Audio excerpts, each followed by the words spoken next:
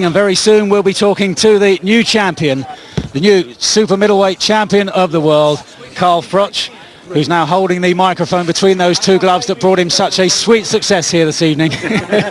Well, almost holding it.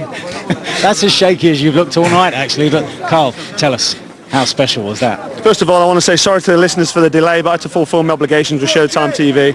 I've just swerved about 3 German reporters and German TV. They're not very happy with me, but you know, this channel comes first for me. This is British and this is what I'm about. No, back to the boxing.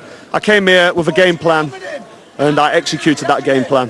You know, strong, sharp, rangy jab, movement, tight defence, slick skills. Just let him come, let him come. There was a couple of times in there, you probably saw it for yourself. I know Steve saw it because I could see him getting all tensed up and twitchy. Hold off. I wanted to move in behind the jab, have a bit of a go, put some combos together and get the fight going. The old me would have done that. I may have got him out of there. But on the flip side of that, I may have got chinned myself, you know, so why take that gamble? I listened to Richie Wardall in the gym.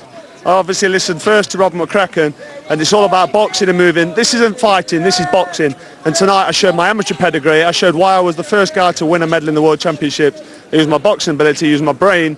And for once I got out of there, and I don't even feel like I've been in a fight. And I picked up the WBC World Champion, which was rightfully mine, and wrongfully took off me in the last fight.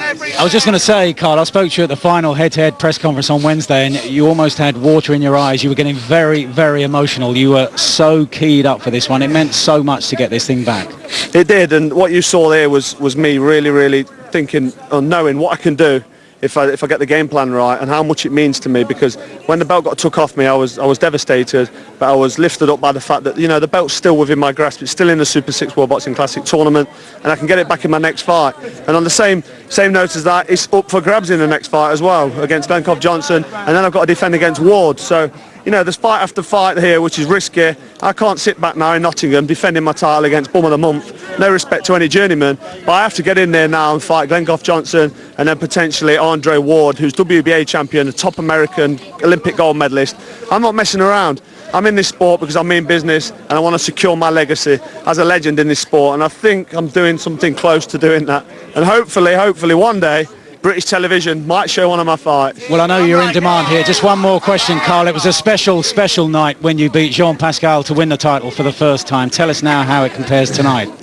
You know, that night in Nottingham in front of my home fans was just unbelievable, and the atmosphere was electric, and the feelings were totally different to tonight. Tonight was more business-like, being professional, focused, concentrating, and very sort of strict, like a real busy, serious day at the office where I can't make any slip-ups or I'm going to get sacked. But aside from the tactics, the feeling now you've got emotionally, you know as you've got this thing back around your waist as we're staring at it now. It's not sunk in. It's not sunk in, Sure. Mike. I think when I look at it later, it will sink in. I've come straight out of the ring, and I'm thinking to myself, you know, I've got this belt, it's shiny, it's catching my eye, but it's still not in there. But I'm so proud of myself. I've done this tonight for my son Rocco. He's 5 months old, and he's going to look back on this fight for me. And you know, it's just unbelievable. I've got this title back. I've got my son at home waiting for me, and I'm elated. Fantastic. Look, there's a choir behind us who want conducting, so we'll let you get on with That's that. my mother, Congratulations tonight. Well done. Well done, Cheers, Carl. Well done, mate. Flawless. So Carl Froch getting the applause of family and friends all around us here. What a performance it's been from him. He lost the title 7 months ago in Denmark to Mikkel Kessler on a very close points decision, but he's worked over the intervening 7 months, and finally he's got the title back. Finally, as he's just said, he can go home to his son and say he is once again a world champion.